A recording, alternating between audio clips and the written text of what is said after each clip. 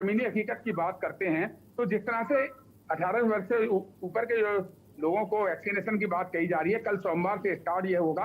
22 centre Agra में बनाए गए हैं, जिसमें 18 सेंटर देहात के सीएचसी और पीएचसी के हैं, और शहरी क्षेत्र की अगर हम बात कर लेते हैं तो शहरी क्षेत्र में 4 जगह ही ये वैक्सीनेशन होगा। और जहां पे शुरुआत की बात की गई कि आज सुबह से ही रजिस्ट्रेशन ऑनलाइन चालू हो जाएंगे आरोग्य सेतु पर और दूसरी जो वेबसाइट दी गई है उस पर। लेकिन अभी तक लोग सुबह से लगातार कोशिश कर रहे हैं, क्योंकि कोरोना का डर हर किसी पूरे उत्तर प्रदेश में वैक्सीनेशन की कमी है। तो सुबह से तमाम लोगों के फोन आ चुके हैं कि वैक्सीनेशन के लिए जो रजिस्ट्रेशन है वो अभी तक रजिस्ट्रेशन नहीं हो पा रहा है। 4000 लोगों को डेली वैक्सीनेशन लगाई जाएगी, क्योंकि वैक्सीन की कमी है। यही अगर हम दूसरी ओर देख लेते हैं कि जिस तरह से 45 वर्ष से ऊपर के लोगों को वैक्सीनेशन का काम शुरू किया गया था, तमाम हजारों लोग ऐसे हैं जिनको एक डोज लगा दी गई और दूसरी डोज के लिए वो लोग लगातार परेशान हैं। वैक्सीनेशन सेंटर पर जाते हैं, कहीं कह दिया जाता है कि वैक्सीन नहीं है, और कहीं पर कह दिया जाता है कि टाइम निकल गया, वैक्सीन खत्म हो चुकी है। तो ये एक बड़ी परेशानी है, क्योंकि कोरोना का कहर लगातार है। प्रदेश सरकार, देश की केंद्र सरकार से लोग उम्मीद करते हैं कि वैक्सीनेशन हो, और तमाम सरकार द्वारा ये कहा गया कि वैक्सीन जरूर लगवाएं, लेकिन जमीनी हकीकत में आज वैक्सीन ही नहीं है। आगरा में अगर हम टोटल वैक्सीनेशन सेंटर की बात करें तो तकरीबन 200 के आसपास यहाँ पर सेंटर थे। परसों के समय की बात करते हैं तो मात्र 3 सेंटर पर ये वैक्सीन थी, बाकी 150 से ज्यादा सेंटर पर ये वैक्सीन ही नहीं थी। और दूसरी ओर 18 वर्ष से ऊपर के लोगों को जो वैक्सीनेशन का काम शुरू किया गया है, महज 4000 लोगों को एक दिन में वैक्सीन लगाई जाएगी, क्योंकि वैक्सीन है ही नहीं। इसके लिए यहाँ पर नियम तय किया गया है कि पर डे देहात और शहरी क्षेत्रों को मिलाकर 4000 लोगों को वैक्सीन लगाई जाएगी। साल बिल्कुल, हमारे साथ विशेष संवाददाता हमारे उन्नाव से अरुण अवस्थी जुड़े हुए हैं। अरुण जी, अगर बात की जाए तो लगातार जिस तरह से उन्नाव में भी संक्रमण का दर बढ़ता जा रहा है, मौतों का आंकड़ा वहां पर भी बहुत है, वहां पर अगर बात की जाए तो कुछ ऐसे जगह है जहां पर टेस्टिंग ही नहीं हो रही है। अरुण जी। बिल्कुल, टेस्टिंग की बात करें तो टेस्टिंग को एक तरीके से भी कहा जा सकता है कि जैसे एक तरीके से रोक रखा गया है। आरटी-पीसीआर की रिपोर्ट 6-6 दिन में मिल रही है। अब प्राइवेट केंद्र एक चालू किया गया है, वहां पे भी 3 दिन लग जाते हैं लोगों को जहां से रिपोर्ट आने के लिए। बात करें तो 45 वर्ष से ऊपर के लोगों को वैक्सीनेशन हो रहा है, उसकी संख्या जिले में लगभग 10 लाख के करीब है जिनको वैक्सीनेशन किया जाना है। लेकिन फ्रंट लाइन वर्कर को अगर जोड़ दे तब 2 लाख की संख्या लगभग पहुंच रही है वैक्सीनेशन को लेकर के। वहीं पर 18 साल से 44 साल के लोगों के लिए अभी तक उन्नाव जनपद में योजना ही नहीं बनी है वैक्सीनेशन दिया जाएगा। कहीं ना कहीं ये भी बताया जा रहा है कि वैक्सीनेशन अभी जो वैक्सीन है वो 18 से 44 साल जिले को प्राप्त ही नहीं है। 18 साल से 44 साल के बीच के हैं, उनको वैक्सीन देना है, लेकिन वैक्सीन उनके लिए अभी मिली ही नहीं है। जी विशाल। बिल्कुल, वैक्सीन ही नहीं मिली है। बड़ा सवाल यह भी है। गाजियाबाद से हमारे संवाददाता जयवीर जुड़े। जयवीर, अगर बात की जाए गाजियाबाद की तो यहाँ पर 18+ वैक्सीनेशन सोमवार से शुरू होना है। किस तरह से तैयारियां की गई हैं, कितने रजिस्ट्रेशन हुए, क्या यहाँ पर भी ऐसे उन्नाव और आगरा की बात की है तो यहाँ पर कह दिया गया इतनी ही वैक्सीन लोगों को लगानी है, वैक्सीन हमारे पास कम है, ऐसी कुछ बातें गाजियाबाद में भी हैं? देखिए विशाल, मैं आपको बता दूं कि अगर वैक्सीन की हम बात कर रहे हैं, जैसे सोमवार से 18 वर्ष से जो ज्यादा के आयु के लोग हैं उनको वैक्सीन लगनी है, लेकिन गाजियाबाद जनपद में अभी तक वैक्सीन नहीं है। तमाम प्रदेश में यही हालात हैं, चाहे गाजियाबाद की बात करें कहीं भी बात कर लीजिए, यहाँ पर वैक्सीन नहीं है। जो 45 वर्ष से ज्यादा के लोग हैं उनके लिए भी वैक्सीन यहाँ पर खत्म हो चुके हैं। वही बड़ी बात मैं आपको बता दूं कि जो कोविड टेस्ट, एंटीजन टेस्ट जो होना था, उस टेस्ट की किट भी अब अस्पतालों के पास उपलब्ध नहीं है। क्योंकि मैं मौजूद इस समय हूँ लोनी के जो समुदाय केंद्र है, यहाँ पर इस अस्पताल को हालांकि अब कोविड अस्पताल में बदल दिया गया है। कल से यहाँ पर सोमवार से 50 बेड का कोविड अस्पताल चलना है। लोनी का एकमात्र सरकारी अस्पताल था जहाँ पर ओपीडी होती थी और बड़ी संख्या में यहाँ पर लोग पहुंचते थे, लेकिन अब इस अस्पताल के बाहर एक बैरियर लगा दिया गया है और आम लोगों को यहाँ पर जो प्रवेश है वो बिल्कुल बंद कर दिया गया है। वही जो कोविड की जो जांच है वो पूरी तरह से यहाँ पर जो किट है वो मौजूद नहीं है। अभी कुछ ही समय पहले यहाँ पर हमारे सामने ही जो सरकारी कर्मचारी, हालांकि सफाई कर्मचारी थे, वहां पर कुछ लोग आए और कोविड जांच की बात की, तो जब कर्मचारियों ने इनकार कर दिया तो वो कर्मचारियों के साथ बदतमीजी करने लगे, क्योंकि उन्होंने कहा कि उन्हें एयरपोर्ट से बाई एयर कहीं जाना है और उन्हें कोविड की जांच चाहिए, लेकिन अभी कर्मचारियों ने कहा कि उनके पास ना तो किट है और ना ही डॉक्टर है, क्योंकि आज रविवार है और ज्यादातर, क्योंकि इस अस्पताल के भी लगभग अगर हम बात करें तो ज्यादातर स्टाफ कोविड पॉजिटिव है और तमाम लोग होम क्वारंटाइन है।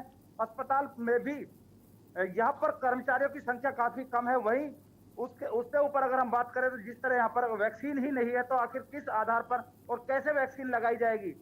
जिस तरह कल 18+ की बात कर रहे हैं, अभी तक यहाँ पर वैक्सीन नहीं है, तो कहीं ना कहीं एक बड़ा सवाल उत्तर प्रदेश सरकार पर उठता है कि जब और अभी तक वैक्सीन अस्पतालों में नहीं है तो जो सरकार की जो योजनाएं हैं, जो सरकार के दावे हैं कि सभी लोगों को वैक्सीन लगाई जाएगी, जो 18 वर्ष से ज्यादा आयु है और 45 वर्ष से ज्यादा जो आयु वर्ग के लोग हैं, उनके लिए लगातार अभियान चलाए जाने की बात कर रही थी।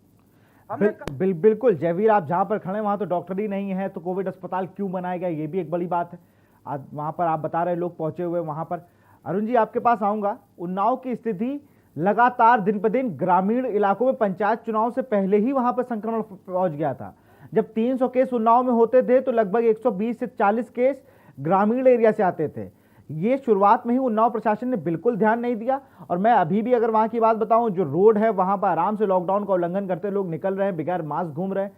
ऐसी कुछ तस्वीरें आई हैं हमारे पास। अरुण जी, बिल्कुल, अगर उन्नाव की बात करें तो कई जगह ऐसा, जिससे एक गांव यहाँ पड़ता है, शहर के करीब गांव है पिपरी, वहां पे बुखार का प्रकोप चल रहा है, लेकिन किसी तरीके से कोई ना तो वहां टेस्टिंग चल रही है।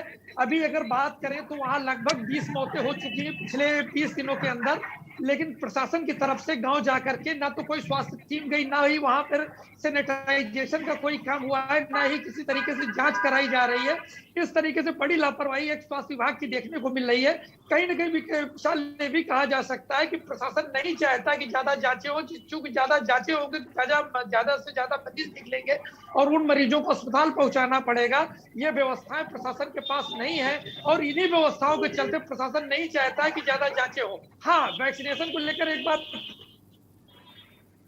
बताना चाहते हैं। 18 से 44 साल की घोषणा सरकार के द्वारा की गई थी।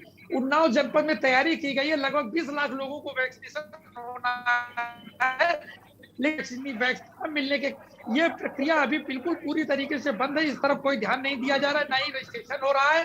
अभी जो काम चल रहा है वो 45 साल से ऊपर वालों के लिए चल रहा है और उसमें से भी अभी 2 लाख लोगों को ही लगभग वैक्सीन दी गई है। उसमें से भी 90% लोग फ्रंट लाइन वर्कर्स हैं, जिनको शुरुआती दौर से ही वैक्सीन दी जा रही थी।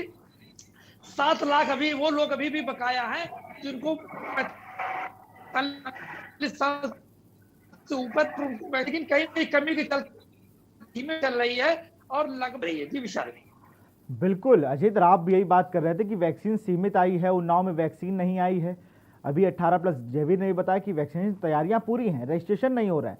एक बड़ा अभाव ये भी है, मैंने कल भी अपने दर्शकों को दिखाया था फोन में कि स्लॉट नहीं मिल रहे हैं। अब तो स्लॉट मिलना बंद हो गया, पहले तो शेड्यूल नहीं हो रहे थे। ये हर युवा के साथ, जो 18+ 18 से 44 साल के लोग हैं, उनको हर सबके साथ यही दिक्कत हो रही है। वो स्वतः लगवाना चाह रहे हैं, पहले तो आप जागरूक नहीं कर पाए, अब जब लोग जागरूक हैं तो आपके पास वैक्सीन नहीं है। अजेंद्र, देखिए विशाल बिल्कुल सही बात है कि जिस तरह से वैक्सीन की कमी है वो एक बड़ा संकट की बात कही जाएगी, क्योंकि लोग उम्मीद रखते हैं सरकार से और सरकार के मैनेजमेंट से। जिस तरह से टीम 11 बनाई गई, फिर उसके बाद टीम 9 बना दी गई, लेकिन जमीनी हकीकत में यहाँ पर और यहाँ आगरा की नहीं पूरे प्रदेश की हम बात कर लेते हैं। जैसे कि हमारे साथी गाजियाबाद से और उन्नाव से साथी हैं, उन्होंने बताया कि वैक्सीन की कमी लगातार है और यही आलम आगरा का है। तमाम लोग यहाँ वैक्सीनेशन सेंटर पर जाते हैं और वहां पर वैक्सीन न मिलने के बाद मायूस होकर लौटते हैं, क्योंकि लोगों के अंदर कहीं ना कहीं एक डर है कि जिनको पहले एक वैक्सीन लग चुकी है उनका दूसरी डोज भी लग जाए तो कंप्लीट उनका कोर्स हो जाए, लेकिन वो कोर्स कंप्लीट अभी तक नहीं हो पाया। और साथ ही साथ अब जिस तरह से प्रदेश सरकार द्वारा कहा गया कि 18 वर्ष से लेकर 44 साल के लोगों का भी वैक्सीनेशन होगा, रजिस्ट्रेशन स्टार्ट कर दिए गए हैं। वैक्सीनेशन कमी के चलते यहाँ पर मात्र एक दिन में 4000 लोगों को ही वैक्सीन लगाई जाएगी, जिसमें 18 सेंटर देहात क्षेत्र के हैं, मात्र 4 सेंटर शहरी क्षेत्र के। अगर ये इससे पहले की बात हम कर लेते हैं तो तकरीबन 150 सेंटर शहरी क्षेत्रों में बनाए गए थे और अब ये सेंटर 4 है। तो लगाया जा सकता है कि सिस्टम में बैठे हुए लोग किस तरह से, स्वास्थ्य विभाग के जो कर्मचारी हैं वो यहाँ पर वैक्सीन कम होने के चलते किस तरह से यहाँ वैक्सीन लगाएंगे, कितने लोगों को राहत मिलेगी, क्या हकीकत में हो पाएगा रजिस्ट्रेशन लोगों का। क्योंकि अभी तक हम बात करते हैं तो 12 बजे का समय होने वाला है, सुबह 10 बजे से रजिस्ट्रेशन होने की बात कही जा रही थी, लेकिन अभी भी लोगों का रजिस्ट्रेशन नहीं हो पाया है। एक दिन में क्या 4,000 लोगों को वैक्सीन लगाने के बाद कितने लोगों को वैक्सीन लग पाएगी? क्योंकि लाखों की तादाद में आगरा की जनसंख्या है, लेकिन जिस तरह से लोगों को मायूसी है, एक बड़ा सवाल उठता है स्वास्थ्य विभाग के ऊपर, प्रदेश सरकार के ऊपर, बिल्कुल, और जनप्रतिनिधियों के ऊपर, क्योंकि यही लोग तो हैं जो वहां पर बताएंगे। जनप्रतिनिधियों पर भी एक बड़ा सवाल होता है। अरुण जी, आप कुछ कहना चाह रहे थे? जी, जैसे कि एक सरकार ने और घोषणा की थी पत्रकारों को लेकर के कि 18 साल से 45 साल के बीच के जो पत्रकार थे या इससे ऊपर के भी जो लोग छूटे हुए हैं, उनके लिए एक विशेष अभियान चलाया जाएगा। आज विशाल बता दें, मैं खुद ही आज सुबह रजिस्ट्रेशन कर रहा था और मेरा खुद का रजिस्ट्रेशन नहीं हुआ। इससे अंदाजा लगाया जा सकता है कि सरकार की जो घोषणा है वो जमीनी रूप से कितना हो रही है।